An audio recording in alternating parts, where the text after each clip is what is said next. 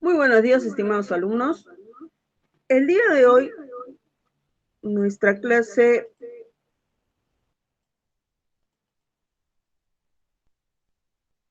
va a estar orientada al estudio de la clasificación de los organismos.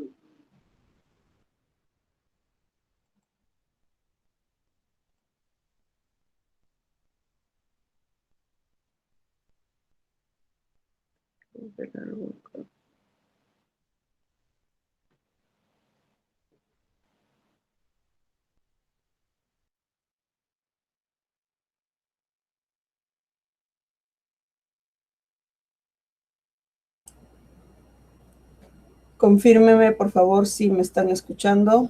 Escríbanme.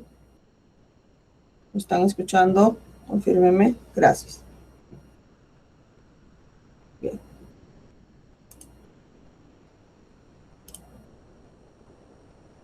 Bien, entonces la ciencia que se encarga de estudiar a los organismos, pues viene a ser la taxonomía. Cuando hablamos de la taxonomía, hablamos de la ordenación de los organismos, ¿verdad? Los organismos que tenemos en nuestro planeta, es decir, la biodiversidad, es bastante extensa. Esa biodiversidad obviamente ha ido cambiando a lo largo de los años, como hemos visto en el capítulo de evolución. Hay que definir también qué es exactamente la taxonomía, cuáles son los sistemas de clasificación. Cuando hablamos de los antecedentes históricos, básicamente nos vamos a referir a los personajes que de alguna u otra manera empezaron a hacer la clasificación de los seres vivos, cuáles son las reglas de taxonomía actual, y el día de hoy vamos a ver los 3 dominios biológicos y solamente vamos a estudiar 4 reinos biológicos, que es el reino de Eubacteria, el Archaea, el Protista y el Fungi. Si es que hablamos de la biodiversidad, pues viene a ser la cantidad o variedad de seres vivos que existen en nuestro planeta. Nosotros habíamos visto que más o menos en el periodo pérmico se dio la gran muerte, y esto sucedió no en un año, sino tuvieron que pasar un promedio de 1 a 3 millones de años, donde hubieron varios cambios, ¿verdad? Y dentro de esos cambios, pues el 95% de la biodiversidad dejó de existir, pero de ahí esa biodiversidad nuevamente se empezó a formar. En los últimos años, la biodiversidad también ha sido afectada dramáticamente por el cambio climático y, bueno, la contaminación ambiental. Entonces, algunos organismos sí se van a poder adaptar a las nuevas condiciones, pero otros no lo están pudiendo hacer. Cuando nosotros hablamos de la gran biodiversidad, tenemos que partir desde los organismos unicelulares y microscópicos pertenecientes al reino Protoctista, pertenecientes al reino Archaea, pertenecientes al reino Eubacteria. La clásica es, ¿no?, la clasificación monera, que estaba en estos 2 grupos, pero hoy día te vas a dar cuenta que hay una nueva clasificación que ya no hay reino monera, sino arqueobacteria y eubacterias, ¿ok? Luego vienen los prototistas, que están formados por protozoarios, que son organismos unicelulares, pero también por algas. Luego tenemos el grupo de los hongos. Otro grupo, tenemos también el reino, ahí está el grupo de los hongos, el reino vegetal y el reino animal. Nuestro país es uno de los 10 países megadiversos. Hay una gran biodiversidad en Perú y que también está siendo afectada, ¿no? Entonces vamos a encontrar, cuando veamos el capítulo de ecología, que hay especies que están en peligro de extinción, que hay especies que están en estado vulnerable y todo ello, ¿verdad? Entonces, para entender taxonomía, primero tenemos que entender qué cosa es la biodiversidad. Y lo que hace la taxonomía es precisamente tratar de clasificar esa biodiversidad con respecto a las características similares que pueden ir compartiendo. Ahora, otro aspecto que tenemos que tener en cuenta con la biodiversidad es que la biodiversidad trabaja bastante en conjunto con lo que son los ciclos biogeoquímicos, el ciclo de carbono, el ciclo del nitrógeno, el ciclo del agua, el ciclo del fósforo. va a estar trabajando directamente con esta biodiversidad. Por ejemplo, nosotros sabemos que las plantas y las algas son los organismos productores, puesto que hacen fotosíntesis. Al hacer fotosíntesis, las plantas utilizan la luz solar, utilizan el dióxido de carbono y utilizan agua.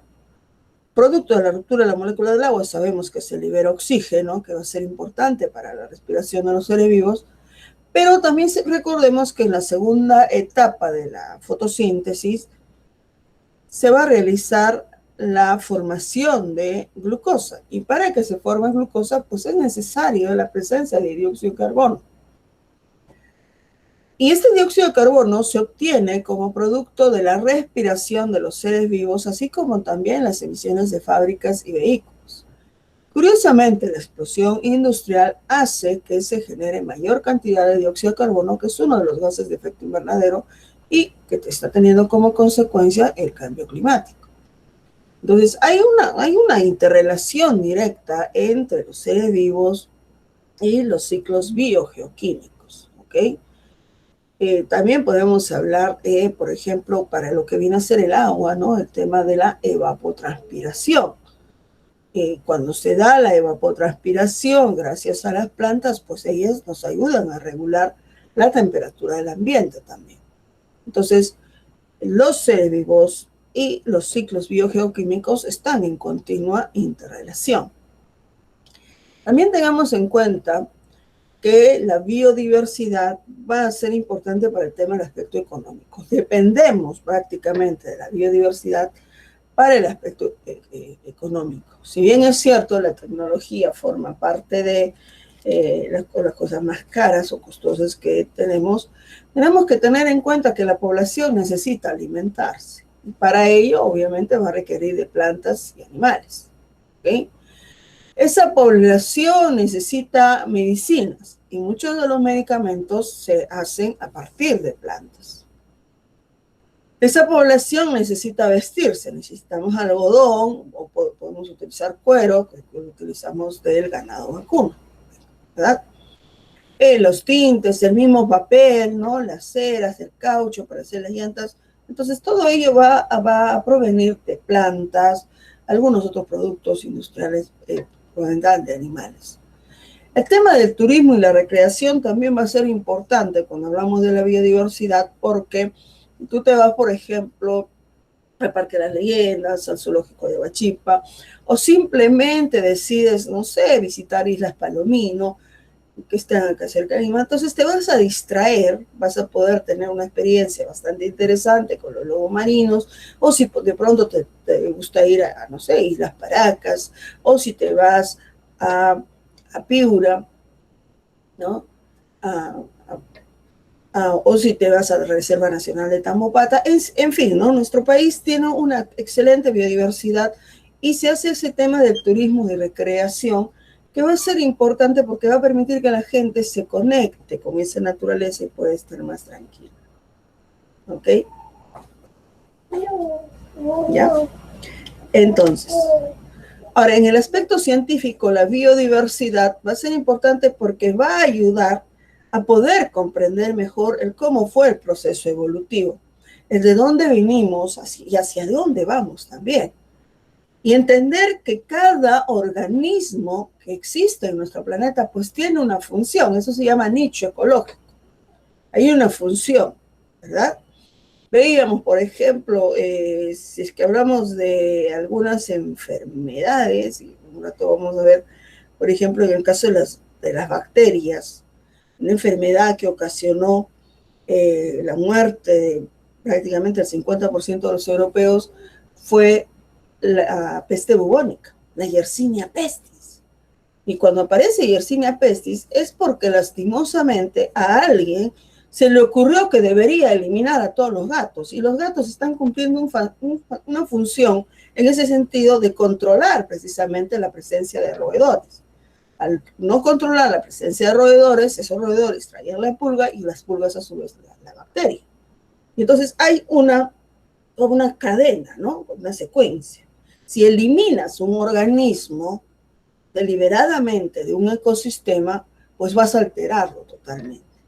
Y lo mismo va a suceder si es que colocas a una especie foránea en un ecosistema, lo vas a alterar también totalmente. ¿Ok? Entonces, cada organismo cumple un papel en el ecosistema. Algunos decimos, todos son malos. Por ejemplo, la clásica, ¿no? Los virus, las bacterias, hay que combatirlos. Pero si te vas dando cuenta, o siendo más lógicos, te vas dando cuenta que los virus y las bacterias, para nosotros, serían esos nuestros controladores naturales para evitar que la sobrepoblación se genere. Pero los humanos, como hemos sido capaces de contrarrestar virus, bacterias, inclusive ahora con el coronavirus, no esperando la vacuna a todos, entonces de esa manera el humano ha sido una de las especies que ha podido prevalecer y por ende su población ha ido incrementándose, ya que no se está haciendo caso a los controladores naturales. Bien, perdón. Entonces, bien, tenemos que tener en cuenta ahora la taxonomía. La taxonomía es la ciencia que trata los principios, métodos y fines para la clasificación y ordenación. Imagínate que todos los organismos, por ejemplo, tú vayas al zoológico y tú ves que los animales tienen ciertas diferencias. Imagínate que a todos le hayas puesto el mismo nombre. Por ejemplo, todos los felinos con un solo nombre. Pantera, todos. Y tú dices, profe, pero la pantera es uno, el otorongo, pantera, el león es otro, el tigre es otro, el, el lince es muy diferente, no lo vemos en el zoológico, pero es muy diferente.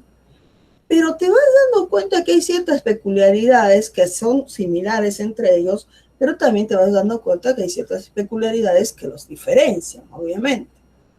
Por lo tanto, es necesario que cada especie tenga un nombre científico. Pero cuando hablamos de la taxonomía, también tenemos que darnos cuenta que cuando se habla de la taxonomía, que viene a ser la ciencia de la ordenación, los organismos se van a ir clasificando según las categorías taxonómicas. Aquí vemos 7, pero hay una más, que es la octava, que es la del superreino o dominio. La especie, que viene a ser la categoría básica, y por ejemplo, acá vemos esta especie, ¿no? La Dendroica fusca. El género se llama Dendroica, y este género tiene 28 especies. Entonces tú aquí podrías decir, oye, profe, veo todos iguales. Pero alguien dice, y es más observador, no, mira cómo está el pico de esta, mira cómo es el plumaje de esta, cómo se diferencia con el plumaje de aquella, mira la cabeza, mira el pico. Entonces, si vemos así a simple vista, diríamos, todos son iguales, pero no. El ornitólogo habrá entendido que hay diferencias entre ellos. Pertenece, por ejemplo, a la familia Parulidae, que contiene 125 especies. Al orden Passeriformes, que son aves canoras. Ave canora quiere decir ave cantora, ¿no? Ellos siempre están ahí. Que contiene 5.160 especies. Este orden pertenece a la clase ave, que contiene 8.600 especies, que es una de las clases más abundantes, al igual que la clase peces. Y pertenece al filum de los cordados, que cuenta con más de 40.000 especies. Y estas pertenecen al reino Animalia, que tiene mayor a 1.000.000 de especies. Y ellos, a su vez, pertenecen a un dominio, que es el dominio eucariota. ¿Ok? Entonces, profe, ¿cómo hacen ellos para identificar? Ahora tú dices, profe, acá solamente habrá sido el tema del plumaje. No. Gracias al avance tecnológico, lo que se hace son más estudios genéticos, ¿no? Ya aquí va a entrar en cuenta lo que es la biología molecular para hacer una secuenciación genética correcta y ver qué tan emparentados están y poderlos diferenciar, ¿no? Para tener a la especie bien clasificada. Ahora, si es que hablamos de los antecedentes históricos de lo que viene a ser la taxonomía, tenemos que remontarnos al siglo IV a.C. ¿A quién? Al señor Aristóteles. Él hizo la primera clasificación de los seres vivos. Él los clasificó en los animales con sangre roja y los que no. Las plantas con flores y aquellas que no tenían flores. Digamos, una clasificación incipiente, ¿no? En ese entonces no había la tecnología necesaria para, pues, clasificarlos genéticamente y todo ello, ¿no? Pero va haciendo clasificaciones ahí primarias. Teofrasto, que llega a ser discípulo de Aristóteles, empieza a trabajar más con lo que es el tema de plantas y va a irle otorgando ciertos nombres, ¿no? A las estructuras de la planta, raíz, tallo, hoja, flor, fruto. Y va clasificando a las plantas en árboles, arbustos y hierbas, ¿no? Una de las diferencias entre árbol y arbusto es, por ejemplo, en el caso del árbol de abajo hacia arriba hace un tronco, ¿ya? Y recién en el extremo vamos a empezar a ver ahí la fronda. Ese es un árbol. En cambio, en el arbusto, desde abajo empiezan así. ¿Y alguna vez has visto esta plantita en los parques? A veces hay generalmente esta plantita que es el ficus, ¿ya? Entonces tú vas a ver así, desde abajo, y acá arriba, bueno, la fronda, ¿no? La copa. Entonces tú ve al parque y tú haces esa observación, ¿no? ¿Quiénes son árboles? ¿Quiénes son arbustos? Hay una diferencia. Y las hierbas, bueno, que todos sabemos, ¿no? Sus tallos se quiebran rápidamente. En los árboles y arbustos a veces hay esa confusión, no saber por qué, porque si es que vemos lo que viene a ser la textura del tallo, pues los dos tienen tallos duros y resistentes. Entonces, la otra forma de clasificar es viendo esto, ¿no? Cómo ha ido el crecimiento de la ramificación. Si es desde abajo, es un arbusto. Si empieza arriba, es un árbol. ¿Ok? Bien. Por otro lado, John Ray, en su libro que se conoció Historia Plantarum, llega a precisar que los individuos pertenecientes a una especie dan lugar a individuos idénticos a ellos. ¿Ok? Y ojo, que los individuos que nacen deben de ser, en este caso, fértiles, o sea, para seguir procreando más. ¿Qué es lo que pasa cuando hacemos el cruce de dos especies puras? Que pueden estar emparentadas por el tema del género, pero porque no son de la misma especie. Cuando hacemos el cruce de el caballo con burra, ¿no? ¿Qué nos nace? Nos nace una mula. Y la mula es estéril. Otro ejemplo, cuando se hizo el cruce del tigre macho con leona hembra y nos sale un tigón, que más o menos de este tamaño, ¿no? O sea, bien grande. Y ese tigón es infértil. Y si hacemos el cruce de un león macho con una tigresa, nos sale un ligre, que va a ser un poco más bajo que el tigón, pero que también es infértil. Entonces, entender que la descendencia fértil puede darse por el cruce de dos especies puras, ¿ok? Y no se prefiere eso, ¿no?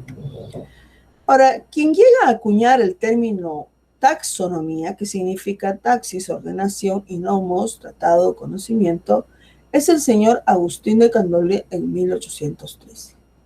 Pero quien le va a dar una importancia real a taxonomía o un uso real a lo que significa taxonomía es precisamente Carlos Linneo o Carl von Linneo. Conocido como el padre de la taxonomía, Carl von Linneo establece las reglas para la clasificación de los organismos. No obstante, él establece una clasificación binomial que está formada por dos categorías taxonómicas que son el género y la especie. Vamos a hablar nuevamente de ellas. Pero una peculiaridad con él es que él llega a clasificar a los organismos o a los seres en tres reinos biológicos: el reino animal, el reino vegetal y el reino mineral. Obviamente tú que ya has estudiado toda tu primaria, parte de tu secundaria, entonces entenderás que no hay reino animal. Pero lo hacía básicamente para dar a entender, ¿no?, que también los minerales pues van a formar parte de los seres vivos. Y bueno, él establece esas tres categorías taxonómicas. Sin embargo, en 1866, el naturalista alemán Ernst Haeckel llega a acuñar el término ecología para identificar a lo siguiente. Ecología proviene de dos vocablos griegos, oikos, casa, y logos, que significa estudio tratado, o sea, tratado de la casa, podemos llamarlo así, ¿no? Pero hace un trabajo interesante en el sentido de que separa los seres unicelulares nucleados de las bacterias y los identifica como protistas, ya que había en ese entonces algunos organismos unicelulares, en este caso los protozoarios, estaban dentro de los protistas. Si ustedes recuerdan, entre 1838 y 1839 se estableció la teoría celular. Y en ese entonces, las algas unicelulares, como muchos protozoarios, los protozoarios, inclusive en la clasificación de los protozoarios, habían protozoarios que estaban dentro, mira, de las bacterias y que en realidad eran protozoarios. Pero otros protozoarios los habían identificado como primeros animales. O sea, muchos de los protozoarios estaban siendo estudiados dentro del reino animal. Entonces, Ernst Haeckel, que es un gran ilustrador por el tema de sus observaciones, estos son dibujos que hace Ernst Haeckel ahí en la década de 1800, ¿no?, siglo XIX, y se le conoce pues como un gran ilustrador, y la creación de este nuevo reino, que es el reino protista, ¿no?, separar a los organismos nucleados de las bacterias, ¿no?, y colocarlas allá en un nuevo reino. Ahora bien, y si hemos separado los organismos nucleados de los anucleados, entonces será necesario que todos los organismos que carecen de núcleo tengan que ser agrupados en un solo reino. Propuesto por Herbert Copeland, aparece el reino Monera, donde vamos a clasificar o vamos a colocar precisamente a todos los organismos que carecen de núcleo. Y hasta ahora muchos de ustedes siguen utilizando el término reino Monera para referirse a las bacterias. Esa es una clasificación ya antigua.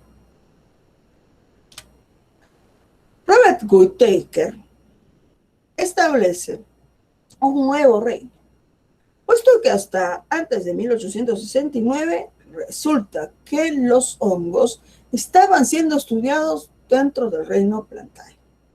Sin embargo, la separación se hace evidente al entender que los organismos del reino fungi no son capaces de hacer fotosíntesis, sino que más bien se nutren por un proceso de absorción, proceso conocido como nutrición saprobiótica, que implica la descomposición de materia orgánica. Entonces, es una tremenda diferencia con respecto a las plantas, y por eso es necesario separarlas, y Robert Whittaker genera un nuevo reino que viene a ser el reino fungi. Generalmente nosotros hemos ido estudiando reino monera, reino protista, reino plantae, reino fungi y reino animal. Sin embargo, las clasificaciones no terminan ahí. Si ustedes recuerdan, en 1967, Lynn Margulis plantea la teoría endosimbiótica para lo que viene a ser el cloroplasto y la mitocondria. Sin embargo, también dentro de la década del 70, ¿no?, aquí tienes la propuesta de Whittaker, que es una propuesta que se fue manteniendo. Es más, si tú revisas el libro de la Predela de San Marcos, todavía está esta clasificación de Whittaker. Pero Lynn Margulis propone lo siguiente. Ahora, antes que Lynn Margulis propusiera esto, y mira, Ernst Haeckel había separado los organismos unicelulares de los aquellos que no presentan núcleo. ¿Cómo es que provino el nombre de procariota y eucariota?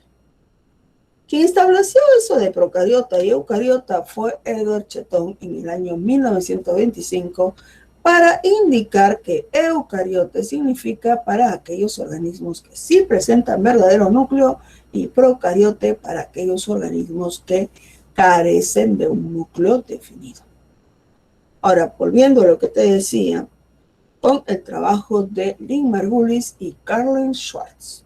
Para ellas, los seres vivos están constituidos en dos grandes superreinos: el reino procariota, que como sabemos carecen de núcleo, y el superreino eucariota, que contiene a aquellos organismos que sí presentan núcleo en su célula.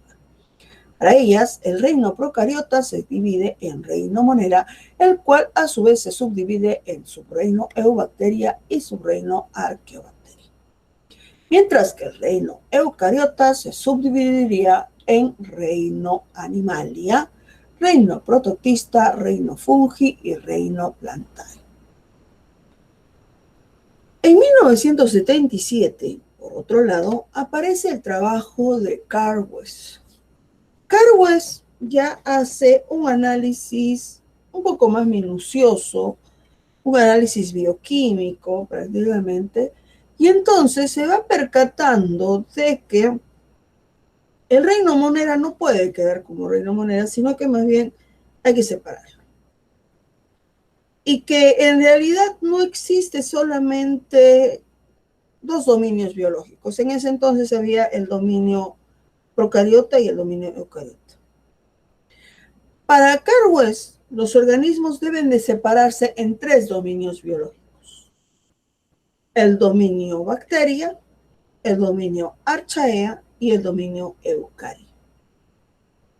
Y que dentro de esos tres dominios biológicos, los organismos se deben de clasificar no en 5 reinos biológicos, sino en 6 reinos biológicos. Y la propuesta de Carl West, si se van percatando, ya desaparece lo que es el reino monera, porque lo ha subdividido en eubacterias y arqueobacterias. Es más, las arqueobacterias van a estar más relacionadas con el dominio eucariota que con el dominio eubacteria, o con el dominio bacteria, por si acaso. Ya ahí Carl West hace un análisis bioquímico, ¿no? más detallado. Ahora, ¿cuáles son los 6 reinos biológicos que propone Carl West? Son el reino eubacteria, el reino arqueobacteria, el reino protista, el reino plantae, el reino animalia y el reino fungi. ¿Okay?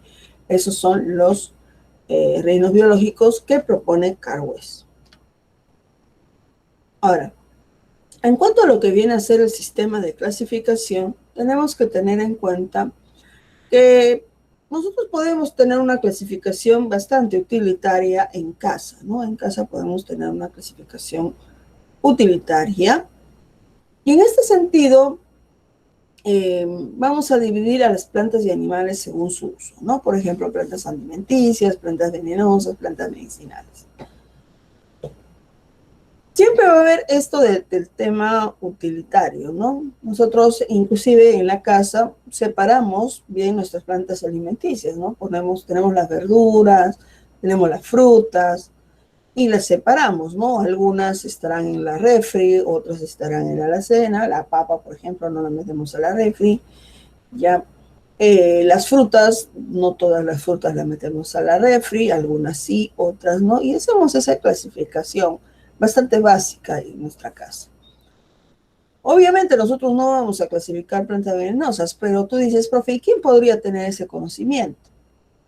En nuestra selva, ahí tienes a las distintas comunidades selváticas, y ellos tienen una cultura, digamos, ancestral, que son capaces de reconocer muy bien qué plantas van a ser medicinales, qué plantas son venenosas.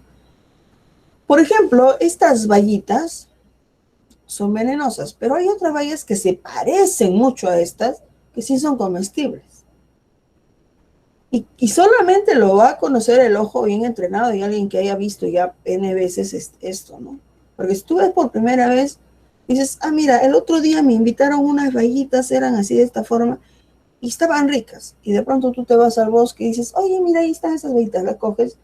Y como tu ojo no está entrenado, porque nunca las has visto, no has visto esa pequeña diferencia.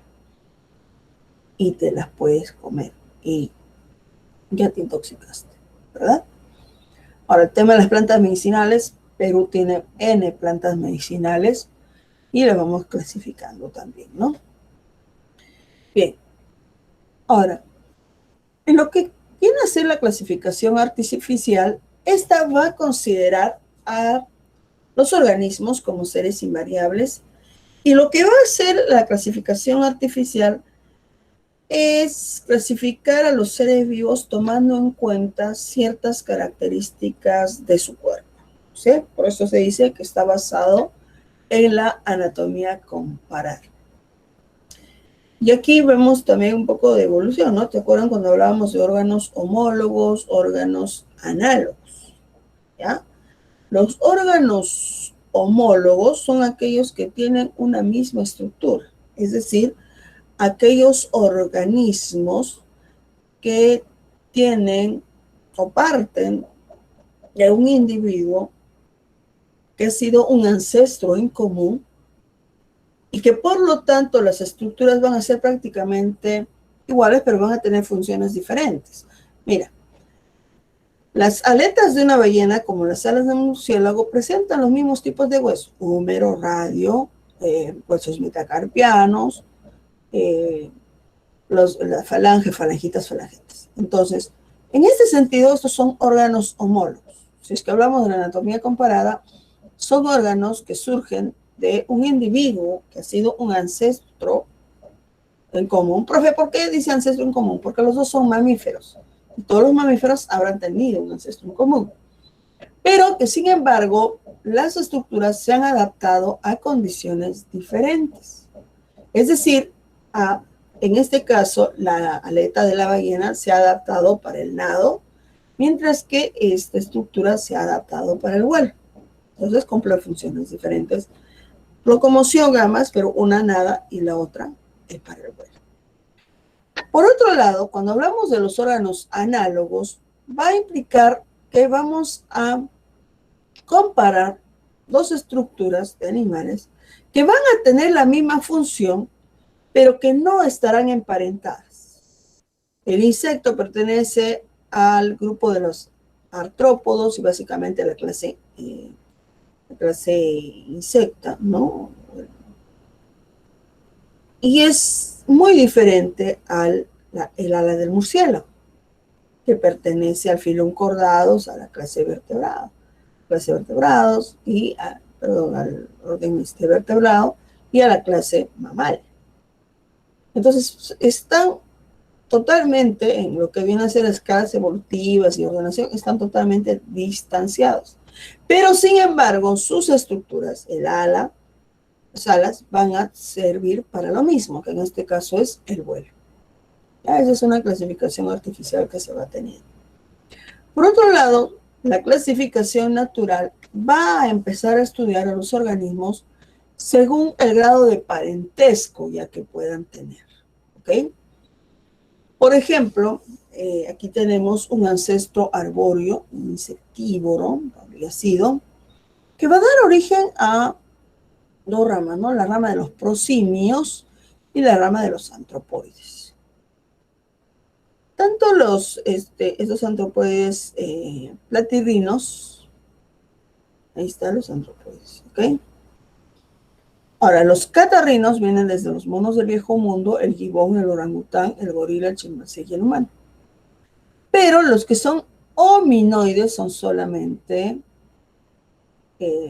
gibón, orangután, gorila, chimpancé y humano. Los que son antropomorfos, ahí tenemos gibón, orangután, gorila, chimpancé y humano. Y el grupo de los homínidos se separa de este grupo de antropomorfos, ya que este grupo va a pertenecer al grupo de los primates, y acá, bueno, el género Homo, ¿no? El género Homo, el Homo sapiens sapiens, que es la única especie de este grupo de homínidos que estaría viva, ¿no? Y bueno, ahí tenemos todo lo demás. Pero te das cuenta que hay un punto en común, a tal punto que chimpancés y humanos nos parecemos en genética. Hay un 98% de similitud genética. Profe, o sea, ese 2% es lo que nos hace diferentes. Sí, ese 2% es lo que hace diferente. Continuemos. La sistemática es aquella parte que estudia las relaciones de parentesco entre los organismos y su historia evolutiva. historia evolutiva viene a ser la filogenia, ¿ve? La filogenia. Y la taxonomía viene a ser parte de la sistemática y por ende la sistemática parte también de la biología. Ahora, la sistemática se va a apoyar también en otras áreas, como por ejemplo la morfología, y hemos visto el tema de los órganos homólogos y los órganos análogos. En la ecología, cuando va a ir determinando la función que van cumpliendo cada organismo en el ecosistema.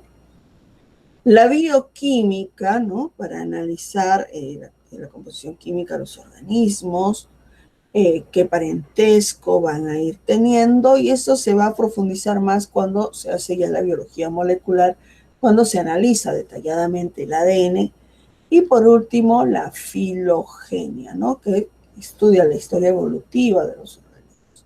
Acá, por ejemplo, el orden primate. Si bien es cierto, nosotros hablamos de 7 categorías taxonómicas básicas, y una octava que viene a ser el dominio, también existen otras subcategorías. Por ejemplo, la subcategoría suborden y la subcategoría superfamilia. Aquí mira, ¿ve? El orden primate, suborden Anthropoidea. Superfamilia Hominoidea. Familia Hominidae. Género Homo. Especie. Bueno, de ese género Homo hubo el Homo sapiens, Homo neanderthalensis, Homo erectus, Homo ergaster. La única que está viva, ¿quién es? El Homo sapiens sapiens. ¿Ok? Profe, y Pongidae, aquí en el grupo de los póngidos, ahí en ese grupo vas a encontrar lo que son los chimpancés, los orangutanes, ahí está. ¿Ok? O algo más, ¿no? Y en el género también ahí están chimpancés, orangutanes. O sea, aquí vamos a empezar a diferenciarnos, ¿no? Desde familia y género ya nos empezamos a diferenciar con ellos. Mira acá. Entonces, aquí están las 8 categorías taxonómicas que vamos a ir teniendo. La categoría taxonómica básica viene a ser la especie.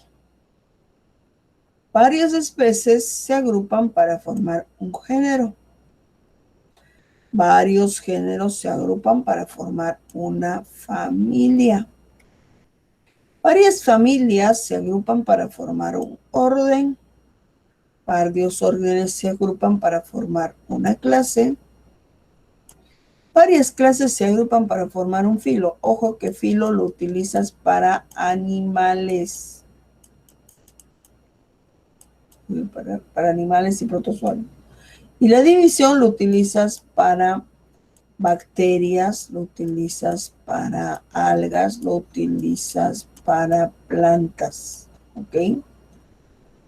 Y estos filos pueden agrupar a varios reinos. Por ejemplo, el reino Animalia. La división puede aplicarse para el reino Plantae. Y varios reinos se pueden agrupar para formar un dominio. En este caso, el reino Eubacteria pertenece al dominio Bacterias. El reino Archaeobacteria pertenece al dominio Archaea. El reino Fungi, Protista, Plantae y Animalia pertenecen al dominio Eucaria. ¿Ya? Quiere decir que el dominio Eucaria es el que contiene la mayor cantidad de reinos. Ahora, recordando lo que viene a ser la especie, no te olvides que la especie es la unidad básica de clasificación. Los organismos van a ser muy similares y ojo con esto, tienen que tener capacidad para tener descendencia fértil. ¿Ok? ¿Por qué? Porque solamente la descendencia fértil es la que me va a ayudar a mantener la especie, ¿no? O perpetuar la especie a lo largo de los años. Aquí, bueno, recordando un poco, tenemos a la rupícula peruviana, que viene a ser el gallito de las rocas, ave nacional de nuestro país. La pantera hongo, el otorongo, que también va a ser representativo de nuestro país. Y la flor nacional de nuestro país, que viene a ser la Cactua buxifolia, o conocido como la flor de la cantuta, que es la flor nacional del Perú. ¿Hasta ahí tienen alguna pregunta, chicos? Voy a minimizar para ver si hay preguntas. Preguntas. Perdón.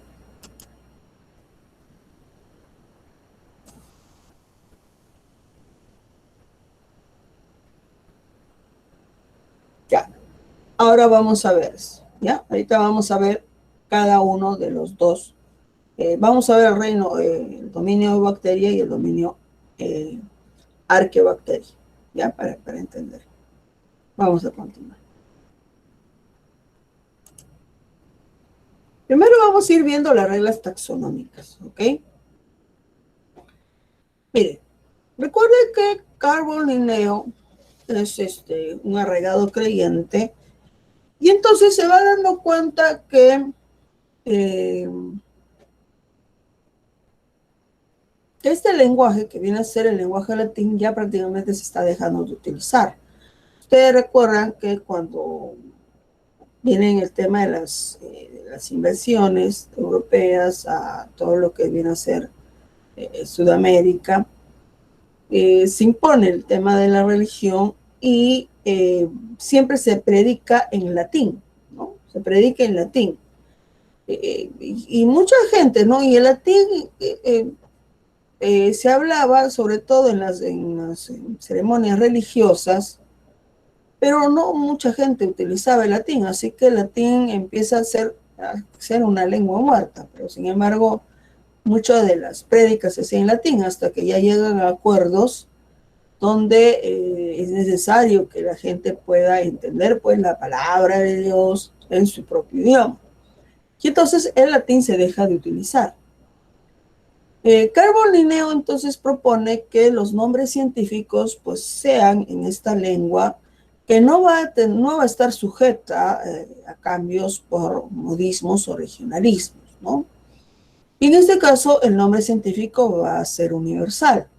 Equus caballus es el nombre científico del caballo y va a ser el nombre científico que si lo lee un chino lo va a entender que estamos hablando del caballo, lo va a entender el alemán, el francés, el portugués, es decir, Equus caballus es el nombre científico del animal y ese nombre científico va a ser universal.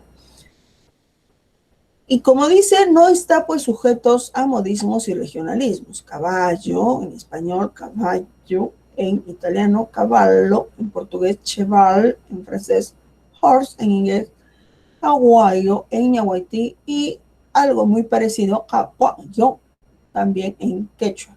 Pero no se escribe así. En quechua también suena así, caguayo, ¿ya? Pero no se escribe de la misma manera. Miren, ahora, Carl Linneo estableció la nomenclatura binomial para entender que todo nombre científico debe de tener dos categorías taxonómicas. La primera categoría taxonómica viene a ser el género, que siempre empezará con la letra mayúscula, y la segunda categoría taxonómica que vendrá a ser la especie. Siempre todo escrito en latín. Ustedes por ahí pueden ver ciertas curiosidades de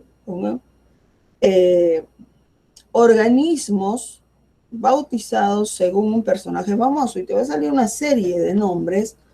Ahí estaba viendo que hay una mariposa, que su nombre está en honor de Shakira.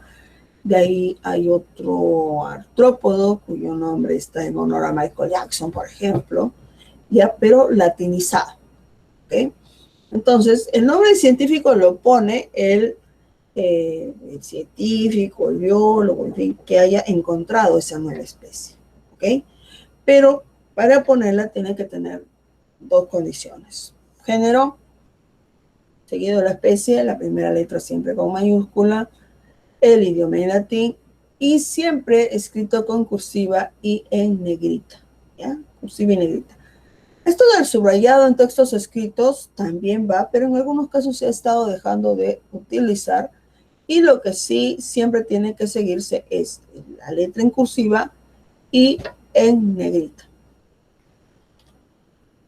Ahora, en cuanto a la nomenclatura binomial, ya sabes, ¿no? Cuando nombramos a los organismos, siempre vemos el género seguido de la especie. Pero, ¿qué pasa cuando aparece una subespecie? También se pone en minúscula.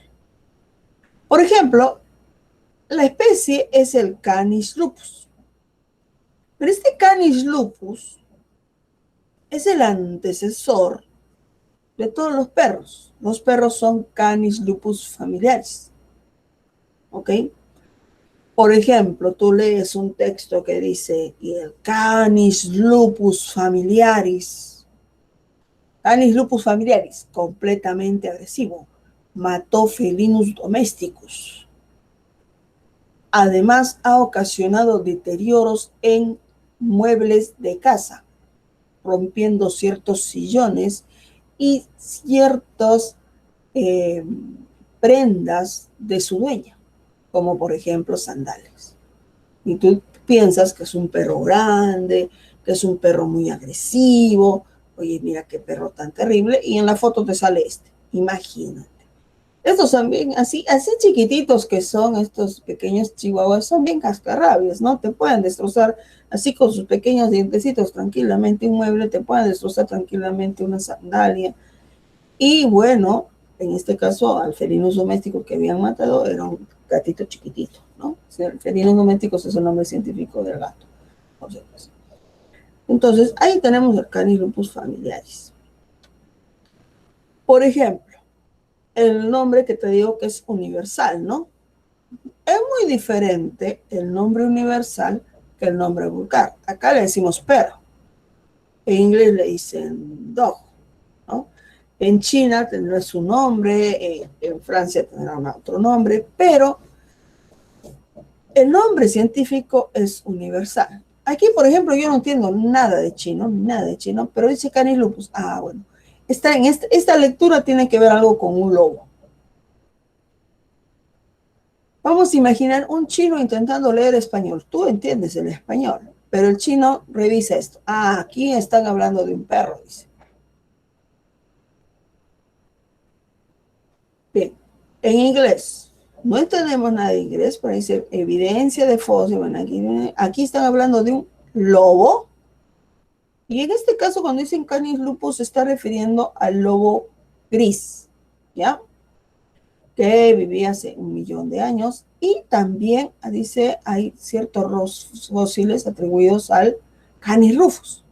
Canis rufus, el Canis rufus básicamente es el lobo rojo, una especie prácticamente extinta, ¿ya? Bien raro de ver lobos rojos. Generalmente vemos más al Canis lupus, a este lobo gris, ¿ok? Bien, entonces, la taxonomía actual, y aquí viene el trabajo de Carl Wells, ¿no? Por ahí su compañero preguntaba cuál era la diferencia entre estos dos dominios, ¿no? El dominio, cuál es la diferencia entre arqueobacterias y eubacterias. Lo que pasa es que Carl Wells empieza a estudiar esta organela que es exclusiva, ¿no? Es una organela que está presente tanto en organismos organismos como las arqueobacterias, las eubacterias y los organismos eucarios. ¿Ok? Entonces, ten en cuenta lo siguiente.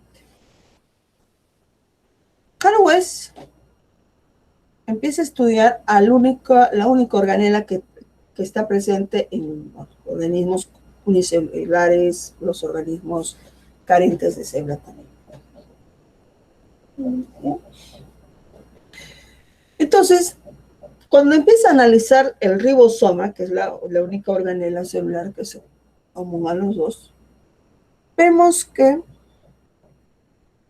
en los eucarios la subunidad menor de 40 unidades Silverton produce una cantidad de más o menos 33 proteínas y más 18 ARN ribosomales de 18 unidades Silverton. La subunidad mayor de 60 unidades Silverton produce un promedio de 49 proteínas, tiene los diferentes ARN ribosomales de 28 unidades Silverton, de 5.8 unidades Silverton y 5 unidades Silverton. Unidades Silverton significan unidades de empaquetamiento, ¿ya? Ahora, en cambio, en la procariota, mira, la procariota, ¿te acuerdan cuando decíamos subunidad menor, subunidad mayor? ¿Ya? La subunidad menor te produce 31 proteínas y 16 unidades Silverton, y la subunidad mayor de 5 unidades Silverton. Entonces, si es que analizamos el ribosoma procariota respecto a su subunidad menor, te vas dando cuenta que ella tiene 16 unidades Silverton o unidades de empaquetamiento y esta tiene 18. Ahí van viendo una gran diferencia, ¿no? Entonces, en cantidad de proteínas que van a ir produciendo. Otra de las características que se da cuenta Carwes, y por eso decide separar a las bacterias y archaeas, y decir, hay 3 dominios biológicos. Hay el dominio bacteria, hay el dominio archaea y hay el dominio eucaria. Y si te das cuenta, tú no ves a la bacteria cercana a eucaria, ves a las archaeas cercanas a las eucarias, porque las archaeas, en cuanto a lo que viene a ser la cubierta celular, a veces tiene ciertas similitudes más con eucariota que con bacteria.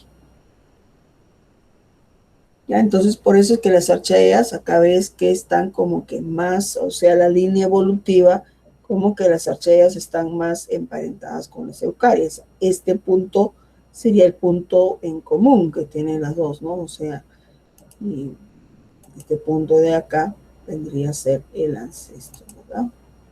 Aquí. Que hay un ancestro que va para las dos ramas. Obviamente las archaeas también se estarán conectando pues con las bacterias hasta cierto punto, ¿no? Bien. Entonces, Carwes dice, hay 3 dominios biológicos. Las bacterias, que van a estar conformadas por organismos termotoga, bacterioides, cianobacterias, bacterias purpúreas, bacterias gram positivas y bacterias verdes no sulfurosas. ¿Okay? Ahí están estas bacterias. Y un detalle, ¿no? O peculiaridades. Aquí se va dando cuenta que algunas de ellas, en el caso de las bacterias, van a ser organismos que pueden vivir en situaciones donde no hay oxígeno, por ejemplo, estas de acá, como otras que sí van a necesitar o van a requerir la presencia de oxígeno. Entonces hay una variedad en cuanto a lo que vienen a ser bacterias. Es más, se va percatando también de que algunas de ellas sí son capaces de producir fotosíntesis, como en el caso de las bacterias, de las cianobacterias en este caso, ¿no? Que son capaces de producir fotosíntesis, mientras que otras no. Y las archaeas se percata de un detalle. Mientras que en las bacterias vamos a encontrar organismos aeróbicos y otros organismos anaeróbicos, las archaeas, todas ellas van a ser organismos anaeróbicos, es decir, carentes o incapaces de poder utilizar oxígeno. Por eso ellas se van a ir desarrollando en medios de en un medio anoxigénico. Y en este grupo pues, encontramos a las Pyrodictyum, a los Thermoproteus, a los termocoxales, a los metanocoxales, a los metanobacteriales, a las metanomicrobiantes. Y cuando tú ves este prefijo metano, entonces quiere decir que son productoras de metanos. Y tenemos a las halofitas extremas también.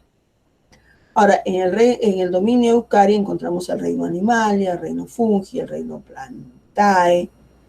¿Qué más? El reino Protista incluye a organismos ciliados, protozoarios ciliados, protozoarios flagelados y los microsporidios también. Y aquí faltan, pues, lo que viene a ser las algas, ¿no? Las algas faltan ahí. Bien. Entonces, ahí están nuevamente los 6 reinos biológicos: el reino Plantae, Animalia, Bacteria, Archaea, Protista y Fungi. Si es que queremos ver a qué dominio pertenece, Plantae pertenece al dominio eucariota. Este pertenece al dominio eucariota. Protistas pertenecen al dominio eucariota. Fungi pertenece al dominio eucariota. Bacteria pertenece al dominio bacterias. Y Archaea al dominio arqueobacteria. ¿Ok? Miren acá. Vamos con un ejercicio. Levanten sus micrófonos. Dice así. Cuando observamos la naturaleza nos podemos maravillar de la inmensa variedad de organismos presentes y sus diferentes adaptaciones a su entorno. Por ejemplo, si observamos el desplazamiento de los caballos y los perros, ambos pueden trotar y correr. Estos órganos tienen y su estudio forma parte de La A. Excelente respuesta. Gracias, chicos. En efecto, tienen el mismo origen embriológico y su estudio forma parte de la anatomía comparada. Gracias, chicos. Continuamos. Vamos a hablar del reino Eubacteria. Eu significa verdadera bacteria, ¿ya? Eubacteria, verdadera bacteria.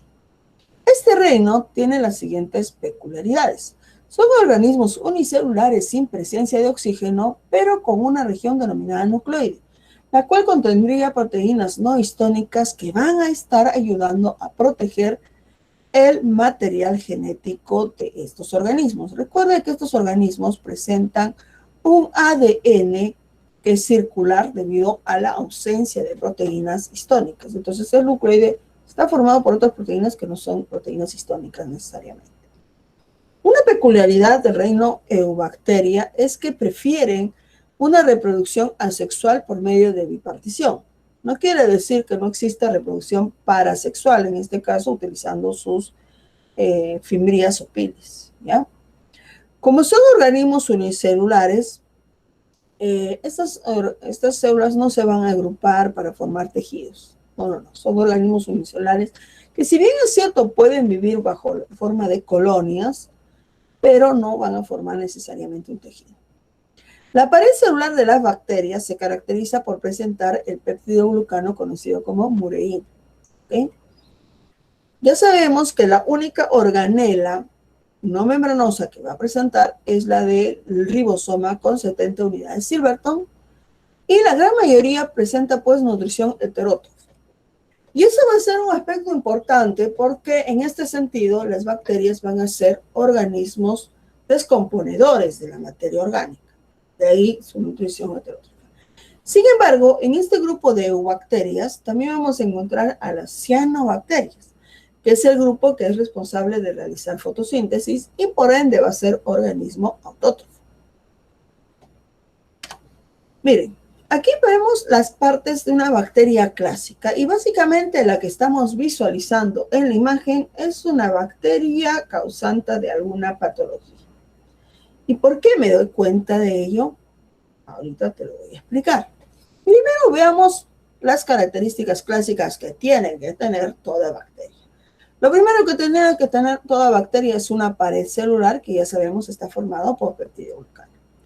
La otra estructura que tiene que tener toda bacteria es una membrana celular, que va a tener cierta similitud con la membrana de la célula eucariote, pero que la diferencia entre ellas es que presentan mesosomas.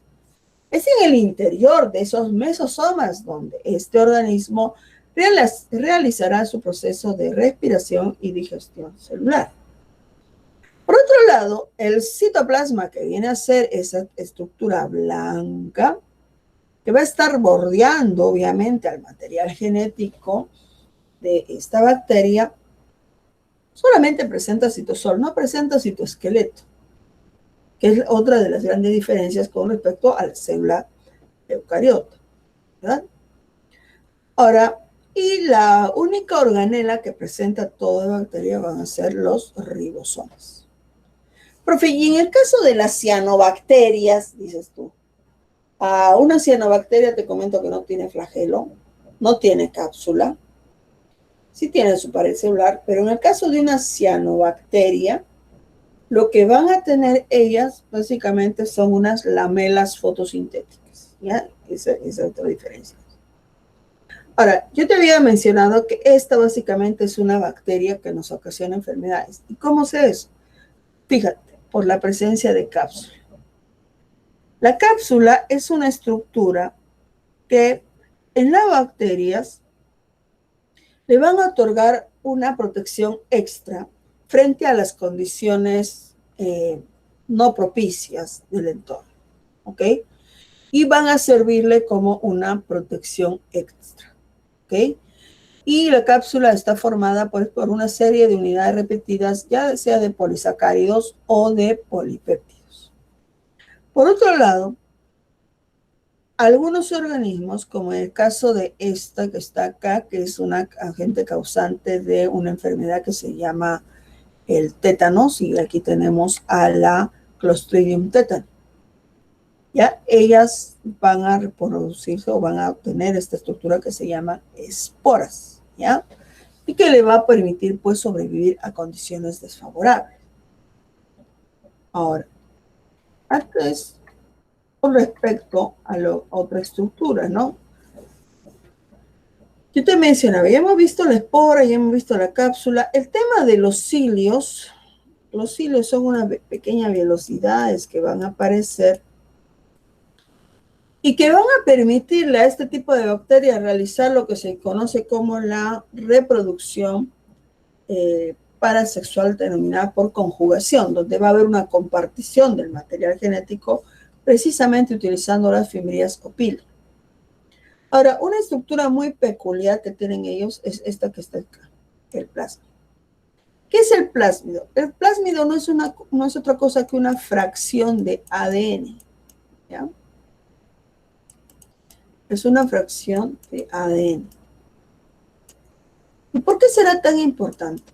Va a ser muy importante sobre todo por aquellas bacterias que nos ocasionan enfermedades. ¿Por qué razón el médico te menciona o te dice, sabe que usted tiene que completar su tratamiento y evitar que se genere resistencia bacteriana? Y eso de resistencia bacteriana, chicas y chicos, se hace a nivel de este plasma. Como es una fracción de ADN, rápidamente puede ocasionar una mutación que le permita poder sobrellevar la presencia del antibiótico. Y por eso ya generó una resistencia bacteriana. Y otro detalle es que cuando se tiene esa información, ellos van a procurar pasar esa mutación a otras bacterias para que las otras bacterias también se hagan fuertes y puedan generar nuevas bacterias que ya tengan esa mutación y que por lo tanto los antibióticos no les hagan efecto. Entonces, cuando ese plásmido ha hecho esa pequeña mutación, ¿y cómo lo transcribe? Bueno, lo transcribe a través de, o traspasa esa información a través de sus pili o fibrillas. Y generan nuevas bacterias con ahora sí esta información y por ende van a tener una mayor resistencia a los antibióticos. ¿Ok? Entonces ahí es necesario entender la presencia del plásmido y cómo participa pues en lo que se conoce como resistencia bacteriana. ¿Ok?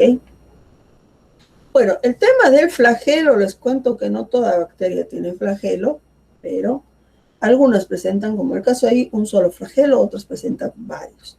Y también se puede clasificar a las bacterias por el número de flagelos que producen o que tienen. Ahora, si queremos clasificar a las eubacterias según su pared celular, podemos encontrar, por ejemplo, a las bacterias gram positivas.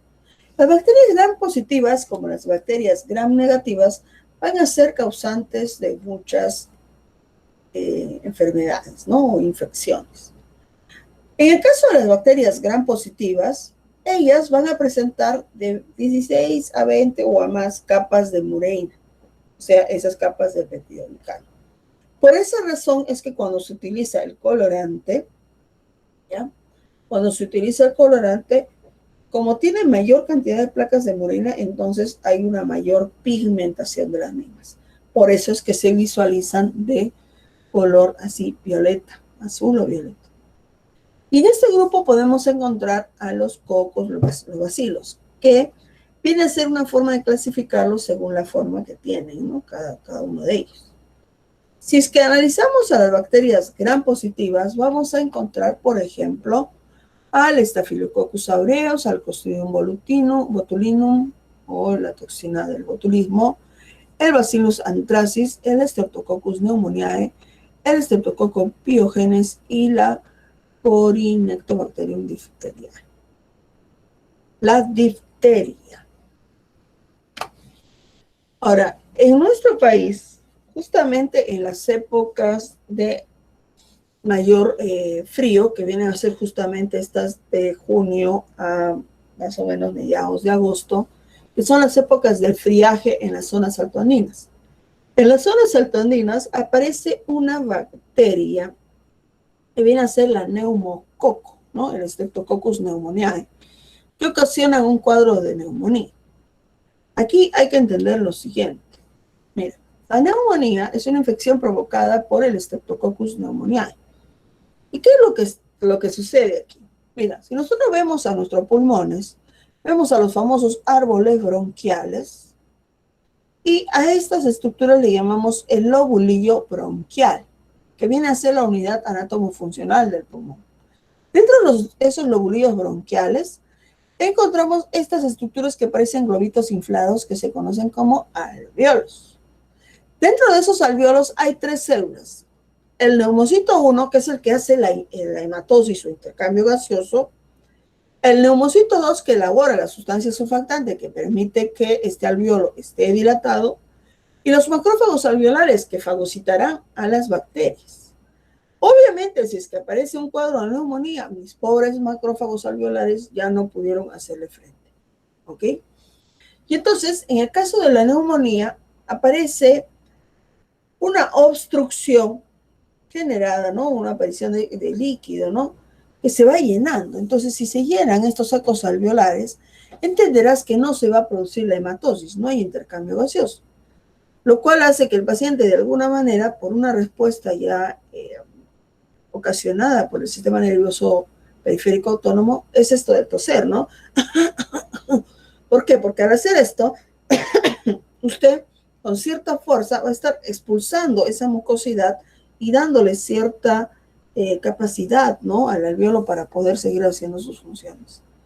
Y entonces, cuando la neumonía va avanzando, los pulmones están, y el paciente está, y percátate que no está pasando suficiente oxígeno. No se está realizando la hematosis. La hematosis, recuerda que es el intercambio de gases. Ahora, esa hematosis se realiza en los pulmones.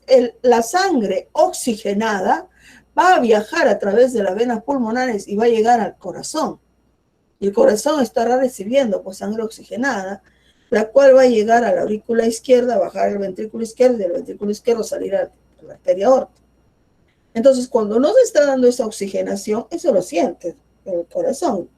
Tanto la respiración como el corazón están regulados por el sistema nervioso periférico autónomo, y esto lo hace a nivel del bulbo raquídeo, gracias a su décimo par craneal. Y entonces, en resumen, ¿qué va a hacer? El paciente está, y el pulmón está, y el corazón latiendo más rápido. Como no hay oxigenación, él se sobreesfuerza. Y llega un momento en que el pulmón está, ¡pum! Reventó. Vomita sangre, bueno, el paciente que muere. Y esto es bastante recurrente, te digo, en las zonas altoandinas.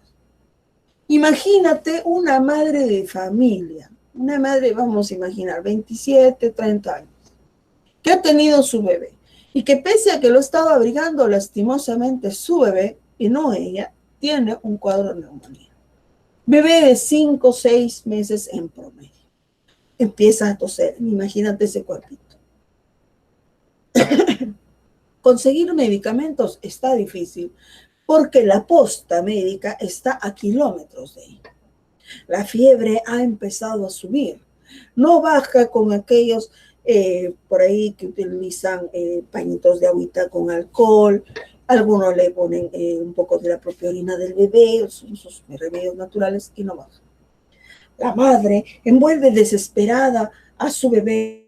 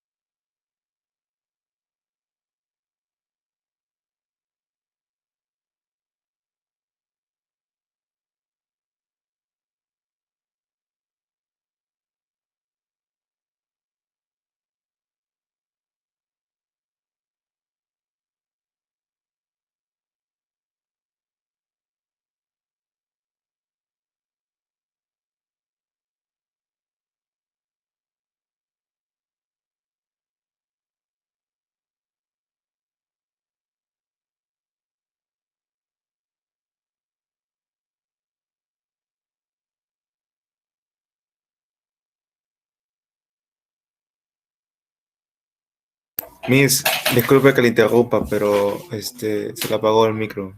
No estamos escuchando nada.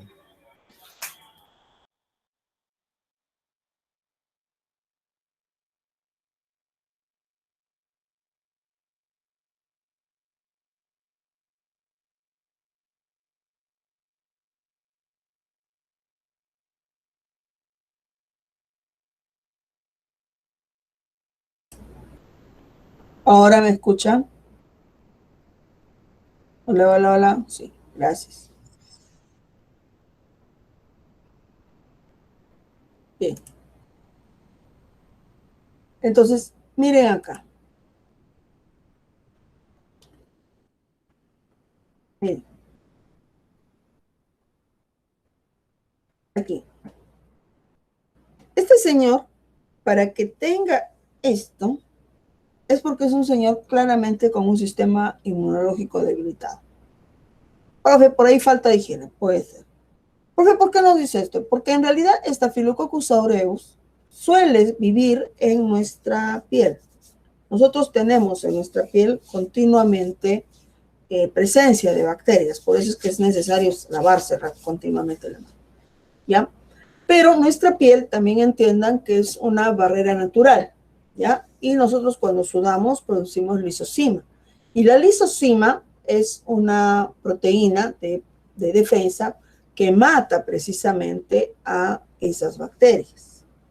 Aquí lo que ha pasado es que este señor tiene un sistema inmunológico un poco debilitado y fíjate cómo está avanzando ya la llaga, se está volviendo purulenta. Y hay presencia de materia, o sea, pus. Y obviamente necesitará ser tratado vía oral, o sea, antibióticos y también cremas, ¿no? Para poder tratar esta herida. El problema de Staphylococcus aureus es si es que de pronto, ¿qué va a suceder? De pronto empieza a pasar hacia el torrente sanguíneo. Ustedes tienen que recordar acá un detalle, ¿no? El tejido epitelial es un tejido que va a ser nutrido por el tejido conectivo, es decir, que no tiene vasos sanguíneos. Por ahí que entonces se asegura también parte de la protección. Pero lo otro que va a suceder es que si empieza esta llaga y no hacemos nada, o sea, el paciente no hace nada, puede este Staphylococcus aureus pasar o llegar hasta el torrente sanguíneo. Y eso sí sería dramático porque en el torrente sanguíneo, pese a que están los neutrófilos, estas también van a ser resistentes y van a generar combate, ¿no? Un esfuerzo ahí. Y el problema es que estas se empiecen a reproducir y generen una infección generalizada en el organismo. Y ese cuadro se conoce como septicemia. ¿Ya? La septicemia es una infección generalizada, básicamente la sangre se está contaminando y como esa sangre va a pasar a todos los órganos del cuerpo, entonces ahí se contamina todo. ¿Ya? Ese es el problema. Entonces siempre es necesario la desinfección continua también, ¿no? De las superficies, el baño continuo, ¿no? Y estarse ahí desinfectando. Bien. Ahora, en cuanto a las bacterias gram negativas, ellas, a diferencia de las bacterias gram positivas que tenían de 16 a 20 capas de mureína y por eso pintaban violeta con la coloración gram, las gram negativas presentan entre 1 y 2 capas de mureína. ¿Ok? Y presentan entre 1 y 2 capas de mureína y por eso es que solamente pintan de color rojo grosero. ¿Ok? En ese sentido, podemos encontrar a las siguientes bacterias. Ustedes siempre han escuchado de Neisseria gonorrhoeae cuando les han hablado de enfermedades de transmisión sexual, ¿verdad? Pero el género Neisseria también tiene a otra bacteria, que es la Neisseria meningitidis. El detalle con Neisseria meningitidis es que produce la famosa meningitis. Dentro de los síntomas tenemos fiebre, somnolencia, sensibilidad a la luz, vómito, dolor de articulaciones y temblores. Ahora tú dirás, profe, ¿qué cosas son las meninges? Mire, si acá tenemos el cerebro, al cerebro, sobre el cerebro y también bordeando todo lo que viene a ser la médula espinal, y también bordeando el cerebelo vamos a encontrar a las meninges.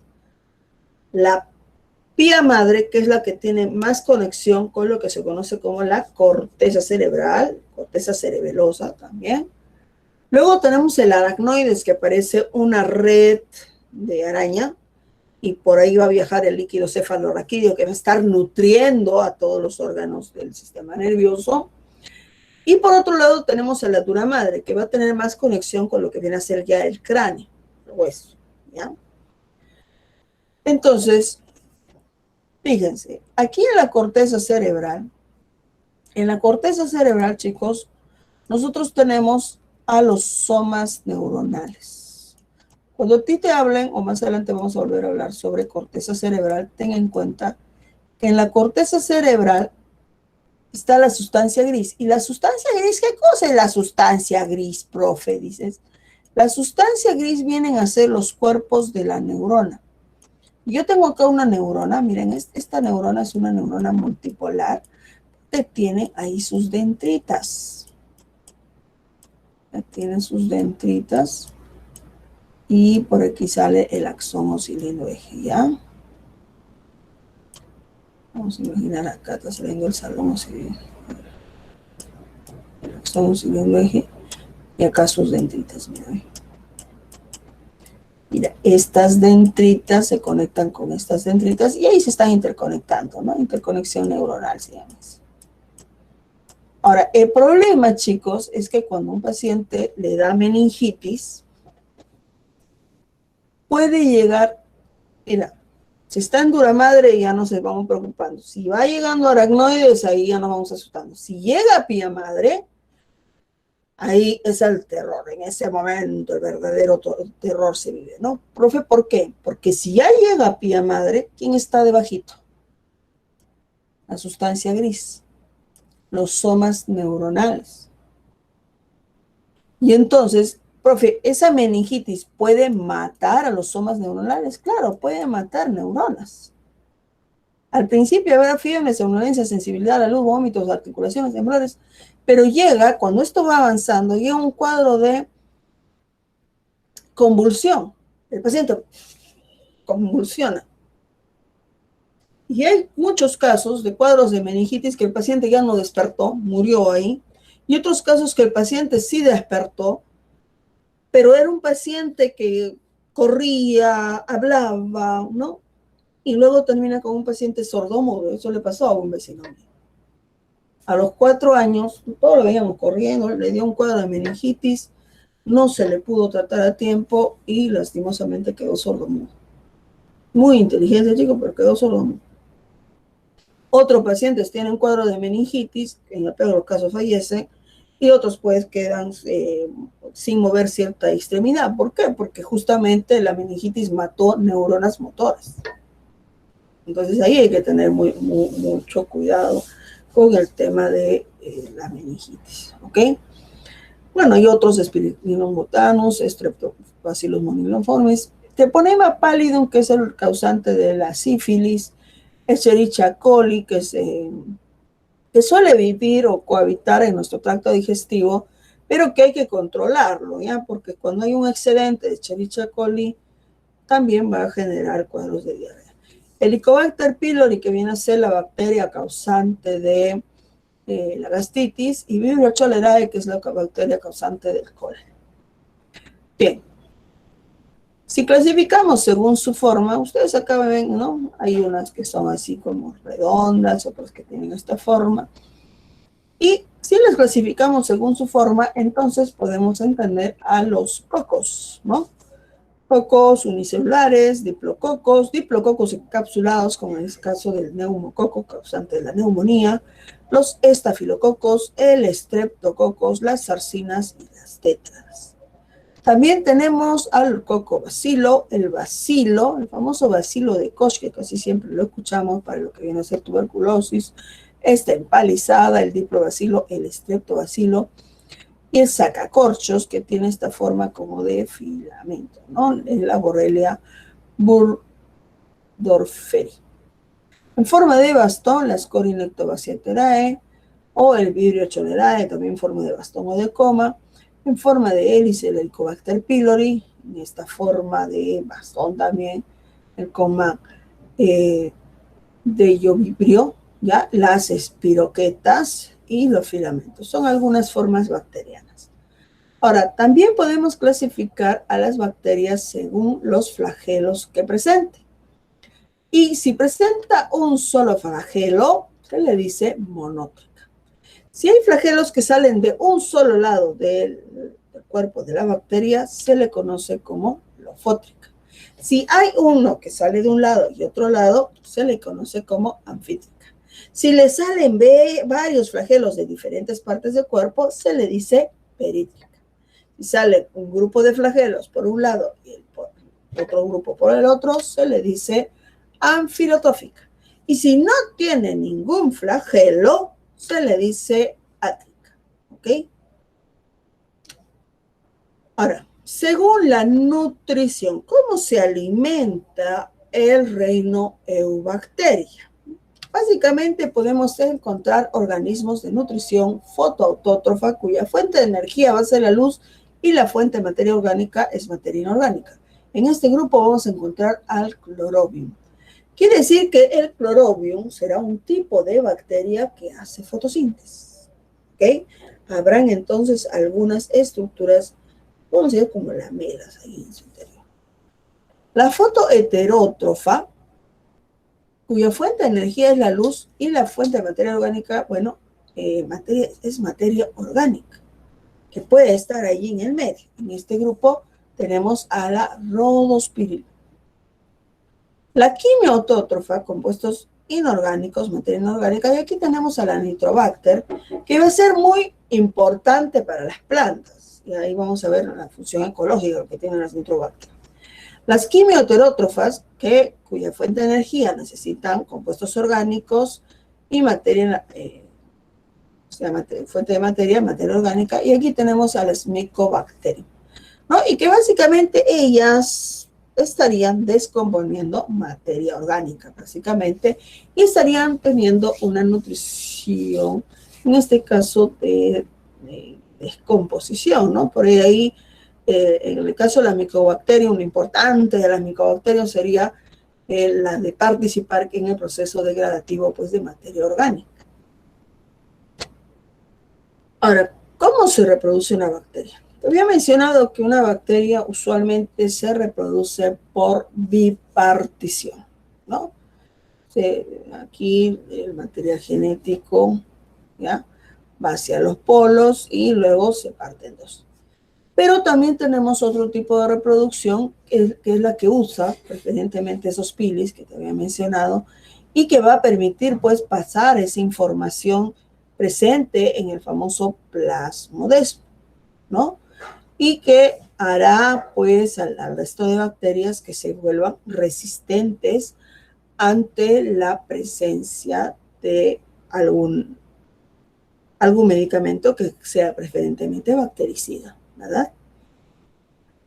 Sin embargo, existe también otro tipo de reproducción parasexual que se llama la transformación, donde hay una célula donante que le va a entregar parte de su material genético a la célula receptora. Y ahora acá vemos cómo tenemos una célula transformada que tiene parte de su ADN, pero también parte de ese ADN que le ha donado la célula, la otra célula, ¿verdad? Y por último tenemos lo que se conoce como transducción. Aquí no va a participar otra célula, aquí lo que va a participar es básicamente un bacteriófago, que viene a ser un virus, ¿no? Un virus bacteriófago, que lo que va a hacer este virus astutamente es hacer que el ADN bacterial se aúna al ADN del virus. ¿Ok? Entonces, mira, aquí estamos, ¿ves? Se está dando esa infección bacteriana y al final se tiene una bacteria transducida, ha provenido desde que un virus le ha pasado su información genética y ésta se ha acoplado o se ha unido al ADN de la bacteria. Bien, vamos a hablar de algunas bacterias de importancia. Te he estado hablando de alguna de ellas, pero vamos a hablar de las cianobacterias.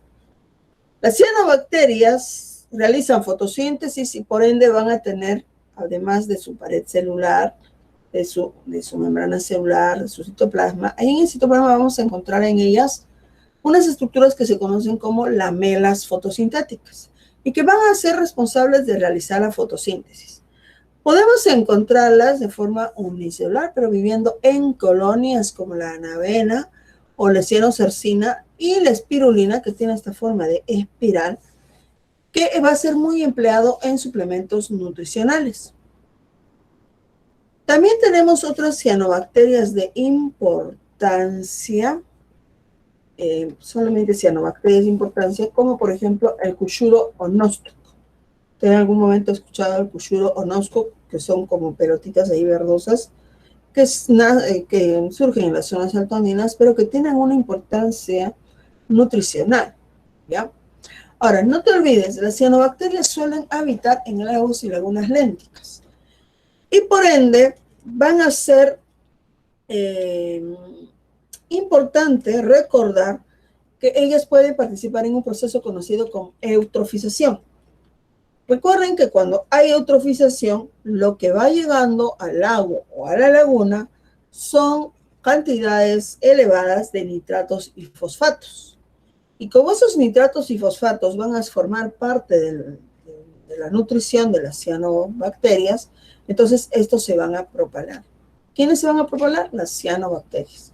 Y las cianobacterias van a propalarse, van a generar una película verdosa de cianobacterias sobre la superficie del lago o laguna, impidiendo que los rayos solares pues lleguen hacia las algas que están ahí abajo y que producen oxígeno propio para los peces que están ahí y otros organismos. Entonces, por ahí hay que tener en cuenta las cianobacterias. Van a ser buenas, nos ayudan a hacer fotosíntesis, perfecto. Algunas se utilizan como suplementos nutricionales, pero en el caso de lagos y lagunas hay que mantenerlas controladas para evitar el proceso de eutrofización. Bien, ahí también tenemos otras bacterias como los micoplasmas que carecen de pared celular, peculiaridad que tienen. Las riquecias que pueden producir tifus clásico, que es transmitido por los piojos, y las clamidias, que vienen a ser parásitos intracelulares obligados. ¿Okay? Ha generado, mira, estas llagas en el pobre piecito del paciente. Bien. Ahora, ¿se acuerdan que decíamos, no? Según su nutrición, teníamos a las nitrobacterias. Y es que las nitrobacterias cumplen una importancia ecológica fundamental, ya que ayudan en el ciclo biogeoquímico del nitrógeno, ya que estos nitrobacterias van a permitir captar el nitrógeno de la atmósfera y transformarlas en amonio primero y luego en nitritos y nitratos para ser absorbidos adecuadamente por las raíces de las plantas, ya que esta planta también va a necesitar nitrógeno. ¿Y para qué? Para producir sus propias estructuras, ya que todo organismo presenta o va a formar glúcidos, va a formar lípidos, va a formar proteínas. Y para formar proteínas se necesita el nitrógeno. Por ende, tendrá que haber una estructura que le permita a la planta asimilar ese nitrógeno. ¿Okay? Y en ese caso vienen a ser las bacterias. ¿Ya? A ver, chicos. Un ratito. Un ratito, chicos, disculpen.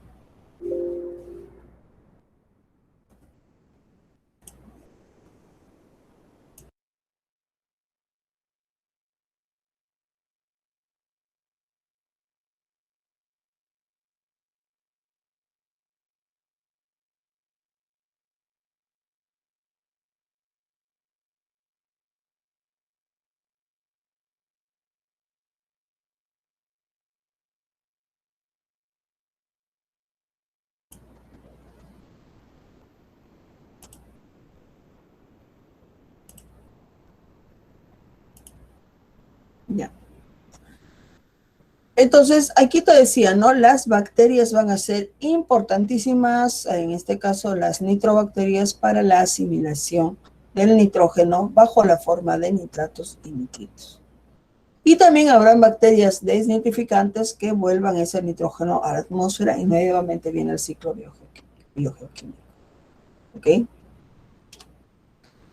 Importancia médica, te había mencionado de algunos de ellos. Vamos a hablar de otros más. Aquí tenemos el nombre, ¿no? Ahora, ¿te has dado cuenta que muchas de las bacterias, hay algunos nombres, por ejemplo, el Mycobacterium leprae, también conocida como enfermedad de Hansen, o la Yersinia pestis, ¿ya?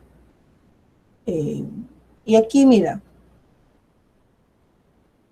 A.T. Yersin. Yersin es el autor o quien descubrió al causante, ¿ya?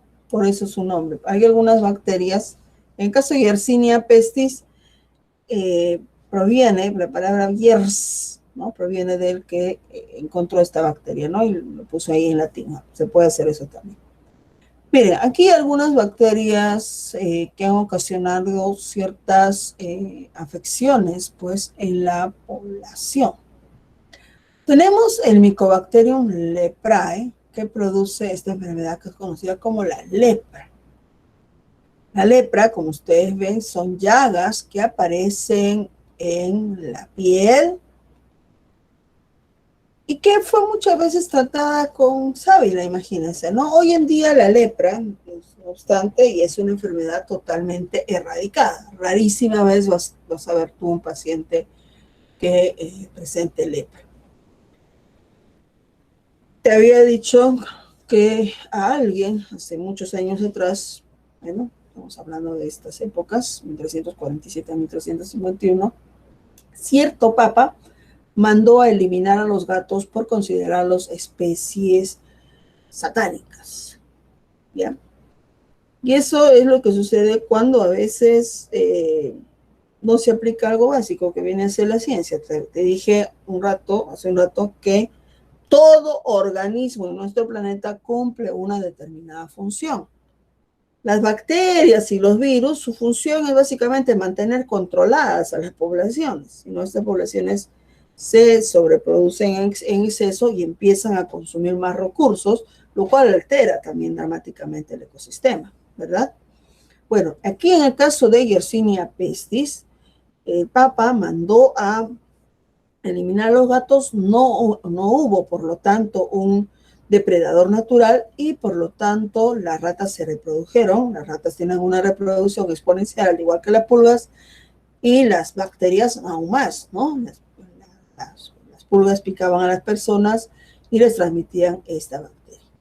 Esta bacteria llegó a eliminar cerca de 200 millones de personas y que equivale al 50% de la población europea, que tardó en recuperarse un promedio de 200 años. El género Vibrio tiene dos especies, el Vibrio cholerae y el Vibrio toro.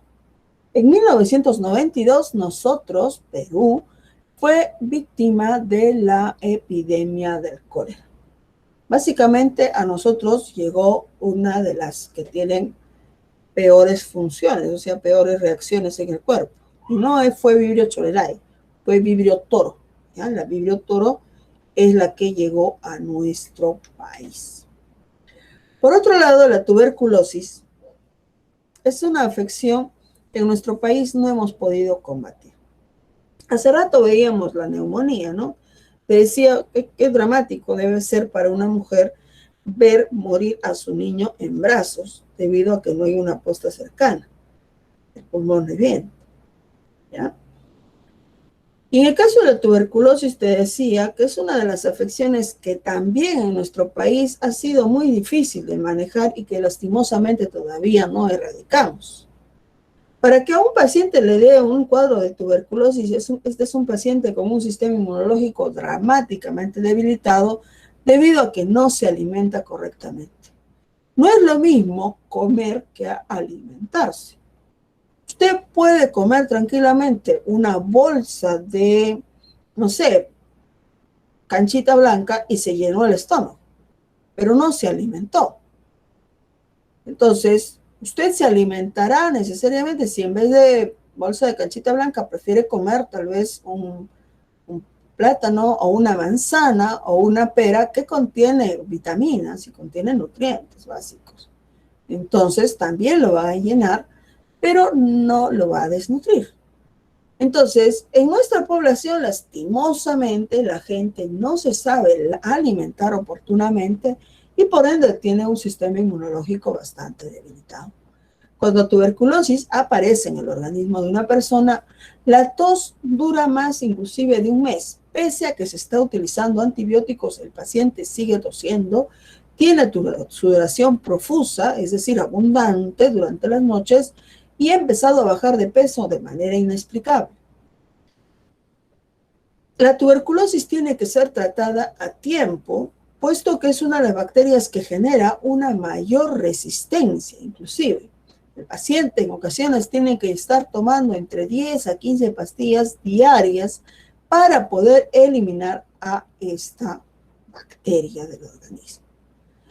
Tiene que ser detalladamente controlada y el paciente tiene que ser bastante minucioso con su tratamiento, ¿ok? Evitando de esta manera pues generar resistencia bacteriana y por lo tanto tiene que tomar sus medicamentos a las horas indicadas por el médico, ¿ok? Si bien es cierto, por otro lado, la tuberculosis suele atacar los pulmones, se ha visto casos de cuadros de tuberculosis en el estómago y cuadros de tuberculosis aquí en los ganglios. En algunas ocasiones se ha encontrado. Bien, dentro de la importancia médica, siempre nosotros en ocasiones vemos nuestras bacterias que están en nuestro intestino y que van a ser importantes porque van a favorecer la absorción de la vitamina K, van a favorecer la absorción de agua y van a ayudarnos a elaborar las heces. Aquí estas bacterias que están en los intestinos pues van a servir para realizar todas estas funciones. El problema está en si es que aparecen otras nuevas bacterias que vayan a matar a las buenas bacterias, ¿no? Y para mantenerlas, bueno, ellas necesitan fibra, en este caso, para que puedan subsistir. Por eso es que es tan importante consumir la manzana, por eso es que es tan importante consumir el pan integral y todo ello, porque contienen fibra, ¿no? Que va a favorecer la proliferación de ellas. En la industria, las bacterias han sido utilizadas para la fabricación de alimentos como el yogur y el queso. Lactobacillus buccaricus y Lactobacillus casei son bacterias utilizadas en la industria láctea, además de la producción de sustancias sintéticas, hormonas y ciertos medicamentos. Bien, hasta ahí alguna pregunta respecto al reino bacterias. ¿Preguntas? ¿Preguntas, chicos?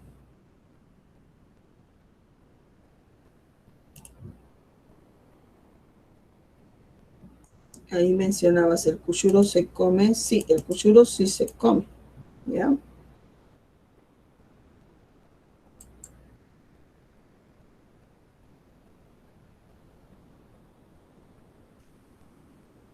Sí se come, ¿ya? Vamos a hablar del reino Archaea. Cuando hablamos del reino Archaea,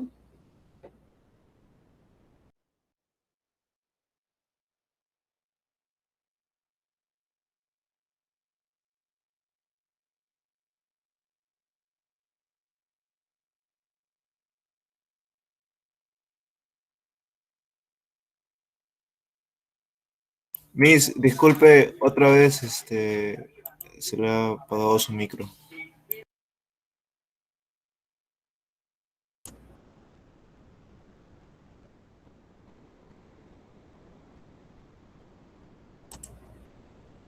gracias. Ahí tenemos al pseudopéptido glicano que funciona de una manera un poquito diferente, ¿no? Ahí la composición química va a ser diferente, Y el análisis filogenético, bueno, tiene el 16S, que es diferencial cuando hablamos de su ribosoma. Y en la membrana celular, generalmente tanto de la eubacteria como de los organismos eucariotes, tenemos lo que es el colesterol.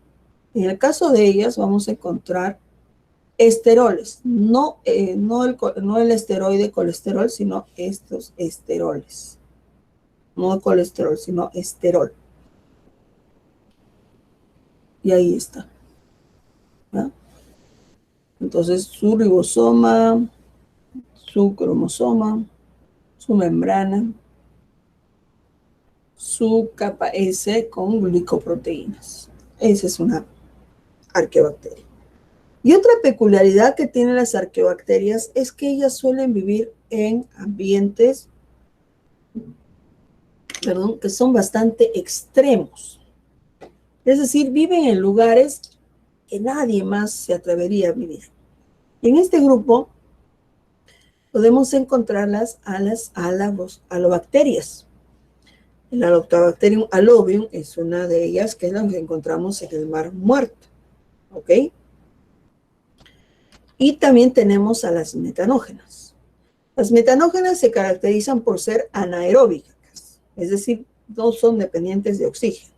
Las encontramos en alcantarillados, sedimentos marinos, pantanos y en el aparato digestivo de animales. Hubo una época en la historia de la vida del planeta donde la actividad de las metanógenas fue tan intensa que provocaron un calentamiento global bastante severo que generó la quema inclusive de grandes bosques, y eso ocasionó que se quedaran partículas de monóxido de carbono en la atmósfera, impidiendo el paso del Sol, y por lo tanto la temperatura del planeta decreció. Eso conllevó, por lo tanto, a la muerte de muchos organismos, puestos que las plantas, al no poder hacer fotosíntesis, eliminaron a los organismos productores y por lo tanto los consumidores primarios, secundarios, terciarios, bueno, todos se vieron afectados. ¿Ok? Las termoacidófilas viven en ambientes calientes, mayores entre 45 y 110 grados, y a veces ácidos, y en fuentes sulfurosas, como por ejemplo la fuente hidrotermal de Yellowstone. Durante fueron aislados los primeros organismos hipertrófilos por Thomas Brook. Aquí tenemos a la Pyrococcus furiosus en las zonas volcánicas. Bien, vamos con un ejercicio, dice. Bueno, ya está, ¿no? Sobre los seres unicelulares sin presencia de núcleo para la protección de su genoma, se puede decir que los flagelos que presentan son una proteína denominada flagelina, sí. Son células procariotas porque no presentan núcleo, exacto. Su reproducción es generalmente asexual, denominada bipartición, exacto. Para Carwes no forman reino monera. Acuérdate de que Carwes ya eliminó monera y puso reino archeobacteria y reino eubacteria. ¿Ok? El reino protista, por otro lado, está constituido por organismos que van a ser heterogéneos, la mayoría de ellos unicelulares, en este caso hablamos de los protozoarios, eucarióticos con uno o más núcleos, microscópicos en la gran mayoría de los organismos protozoarios, algunos de vida libre y otros de vida parasitaria, de nutrición holozoica, saprozoica o saprofítica, dependiendo de dónde esté habitando. Algunos son anaeróbicos y otros aeróbicos, y generalmente en el caso del grupo de los protozoarios los vamos a diferenciar precisamente por sus estructuras locomotoras. Se pueden reproducir asexualmente por fisión binaria y sexualmente por autogamia y conjugación. En el caso de los protozoarios, ellos tienen dos formas resistentes, ¿no? La forma resistente llamada quiste, porque es la forma en la cual ellos se dispersan, y la forma patógena, que es la forma trofozoito, que viene a ser la forma activa del protozoario cuando ingresa a un organismo a parasitar. Como hemos mencionado, los protozoarios generalmente se van a clasificar según su locomoción. Y en este grupo encontramos a los sarcodinos, o también llamados pseudópodos, puesto que presentan falsos pies, por eso pseudópodos, y que le permiten moverse. En este caso podemos encontrar a la entamoebis tolítica que si es absorbida o ingerida va a producir diarreas sanguinolentas. Otro ejemplo de sarcodinos son la Naegleria fowleri, aquella conocida como la ameba come cerebros y que es necesariamente oportuno tratarla porque si no, este agente patógeno puede llegar a matar a la persona en no menos de 10 días.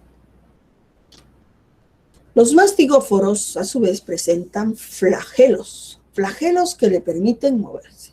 Aquí tenemos un ejemplo clásico conocido como Giardia lamblia, que puede ingresar a nuestro organismo por la ingesta de agua o alimentos que hayan sido contaminados por ella.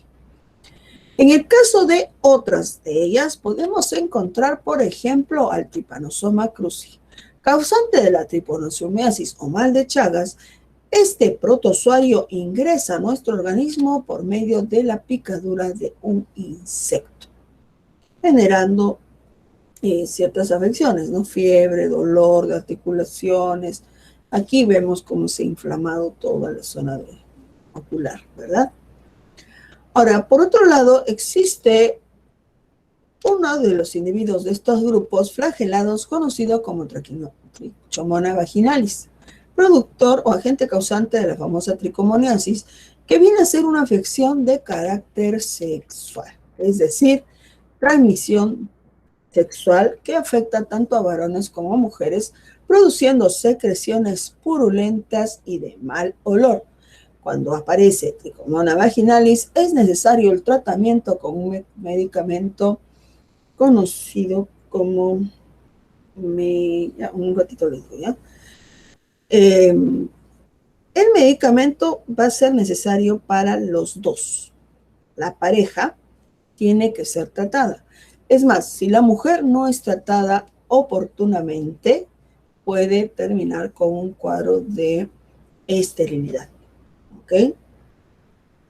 Por otro lado, la Leishmania donovani es una de las variantes, porque en realidad cuando hablamos de leishmaniasis, esta leishmania, que es transmitida por la picadura de un insecto del género Luxomia, pues vamos a encontrarlo distribuido en todo lo que son los países que tienen selva, ¿no?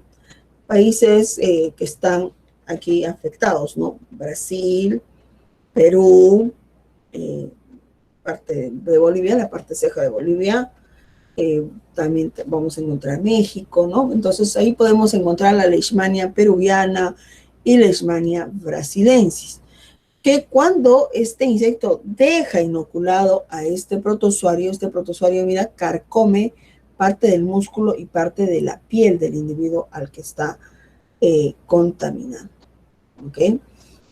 Por otro lado, el medicamento para este se llama metronidazol, ¿ok? Y ahí está. Ahora, leishmania también, todos ellos van a tener tratamiento. Hay un medicamento determinado para cada tipo de protozoario. Bien. Por otro lado, los ciliados, ahí tenemos el Valentinium coli y el Paramecium, ¿ok?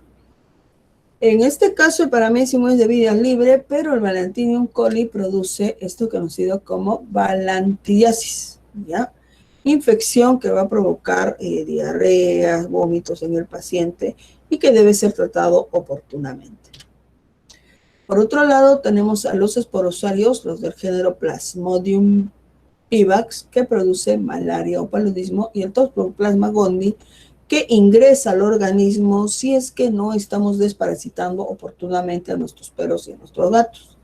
Cuando una mujer que sale embarazada adquiere esta infección, puede perder a su bebé o el bebé nacer con ciertas alteraciones. En el caso del toxoplasma, bueno, ya hemos visto que se trata o se transmite por las heces, inclusive de nuestros perros o gatos, y el Plasmodium vivax, que se transmite por la picadura del mosquito hembra Anopheles gambier. Ella, en su tracto digestivo, lleva pues a este protozoario y cuando chupa la sangre, regurgita un poco y la devuelve. Al devolverla es que esto ingresa al organismo. ¿ya? Ingresa al organismo, empieza a reproducirse, ¿no? Y generalmente la célula que infecta es a los eritrocitos, ocasionando en el paciente un cuadro de anemia que genera debilitamiento, cansancio en el organismo, ¿no? Aquí tenemos el primer vector, huésped humano inicial. También hay una infección hepática, lastimosamente puede pasar hacia el útero. Hay una infección sanguínea y este mosquito pica a esta persona y a su vez pica a la otra, ¿no? Y de esta manera le está transfiriendo la enfermedad. Te comento que el género Plasmodium tiene dos variantes, el Plasmodium vivax y el Plasmodium falciparum. El Plasmodium falciparum es el más dramático porque el paciente va a llegar inclusive a morir con heces que son sanguinolientas.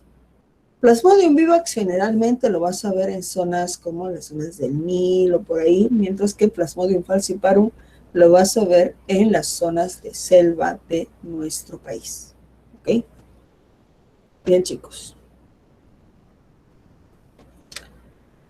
Vamos con un ejercicio que dice así.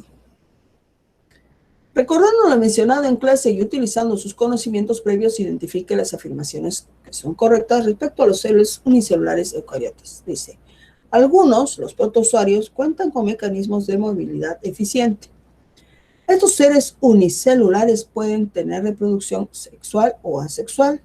Son organismos que presentan un estadio de quiste y otro de trofozoito, y la ameba pertenece a este tipo de organismo. Además, es clasificado como esporozoario. ¿Cuál sería la respuesta? B. La B. Muy bien, chicos. Bien. Y bueno, para terminar con las algas, vamos a mencionar que las algas son organismos unicelulares, coloniales o pluricelulares, eucariotas y autótrofos fotosintéticos, todos ellos, y van a ser responsables de la mayor cantidad de presencia de oxígeno en nuestro planeta. Pueden vivir en agua dulce o salada y forman parte del fitoplancton. Son los productores y por ende inician la cadena alimenticia. Se pueden reproducir sexualmente por fisión y sexualmente por anisogamia, isogamia o heterogamia. Cuando te dicen eso se refiere más o menos a cómo están formados sus gametos, ¿no? Si son iguales o si son diferentes. Según la pigmentación podemos encontrar, y básicamente según su tamaño, estos organismos son unicelulares, las eugulenofitas, que pueden vivir en zonas dulces y que son las únicas que tienen nutrición mixta, es decir, pueden nutrirse de materia orgánica o si no, utilizar sus lamelas fotosintéticas, o su cloroplasto en este caso, su cloroplasto, ella utiliza su cloroplasto para hacer fotosíntesis. Por otro lado, tenemos a las diatomeas, todas ellas que viven en zonas marinas, en los fondos marinos. Ahí podemos encontrar, por ejemplo, a la famosa navícula. Lo importante de las diatomeas o crisofitas es que van a ser utilizadas en la agricultura, puesto que son excelentes pesticidas y además nutren a los suelos. Por otro lado, las pirrofitas van a tener especial importancia porque son las causantes de las mareas rojas y que al ser consumidas por los organismos, llámese peces o moluscos, estos mueren por la gran alta toxicidad que presentan sobre todo estas gimnodimia. Y en algunas ocasiones nosotros hemos consumido peces o moluscos que han habido consumido esto y de pronto nos intoxicamos, ¿ok? La presencia de estas pirofitas o dinoflagelados, para lo menos lo que viene a ser el Servicio Nacional del Perú, o el IMARPE, el Instituto Nacional del Perú, perdón, va a ser importante estarlas controlando porque la presencia de ellos me va a ir indicando o va a ser indicativo de cómo va a ir el fenómeno del niño en ese año que se están observando.